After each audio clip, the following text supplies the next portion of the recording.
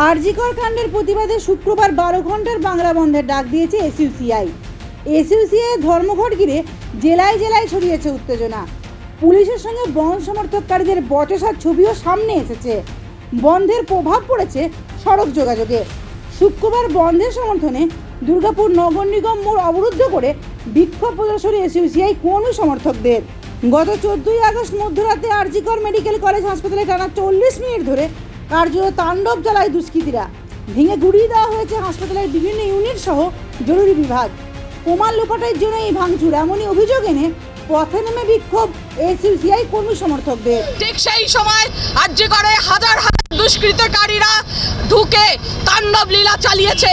সেখানে ডাক্তারি স্টুডেন্টরা যে আন্দোলন করছিল সেই আন্দোলন মঞ্চ তারা ভেঙে দেয় এবং হাসপাতালের সমস্ত ওয়ার্ড ভাঙচুর করে প্রমাণ লোপাট করে দেওয়ার চেষ্টা করে। এই ঘটনায় আমরা বুঝতে পারছি যারা এই ঘটনার সঙ্গে অভিযুক্ত দোষী তাদেরকে আড়াল করার চেষ্টা করা হচ্ছে। আরজি কর কাণ্ডে মুখ্যমন্ত্রী মমতা বন্দ্যোপাধ্যায়ের পদত্যাগ যে রাজ্যের সর্বত্র অবস্থান বিক্ষোভে নামলো বিজেপি। আরজি কর হাসপাতালে মহিলা চিকিৎসককে ধর্ষণের পর খুনের ঘটনায় উত্তপ্ত রাজ্য। মুখ্যমন্ত্রীর পদত্যাগের দাবিতে শুক্রবার দুপুরে বিজেপির 2 ঘন্টার রাস্তার ওপর ডাকের প্রভাব পড়ল শহর দুর্গাপুরে। এদিন বিজেপি নেতা চন্দ্রশেখর বন্দ্যোপাধ্যায়ের নেতৃত্বে ধিক্কার মিছিলে অংশ নেন বিজেপি কর্মী সমর্থকেরা। মুচিপাড়া সংলগ্ন 19 নম্বর জাতীয় সড়ক অবরোধ করে চলে বিক্ষোভ। প্রায় 8 ঘন্টা ধরে চলে এই বিক্ষোভ। অশান্তি এড়াতে ঘটনাস্থলে মোতায়েন ছিল বিশাল পুলিশ বাহিনী।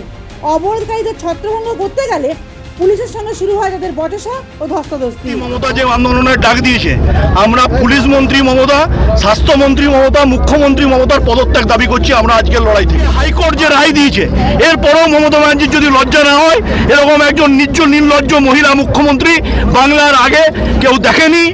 এরকম একজন নির্লজ্জ মানসিকতার, যিনি 10 লাখ টাকা একটা মেয়ের মূল্যের দাম স্থির করছেন, এই মাননীয় মুখ্যমন্ত্রী আমাদের ডাক্তার যিনি অভয়া মিতা হয়েছেন, ধর্ষিতা হয়েছেন, তার দেহের দাম স্থির করছেন মাত্র 10 লক্ষ টাকা।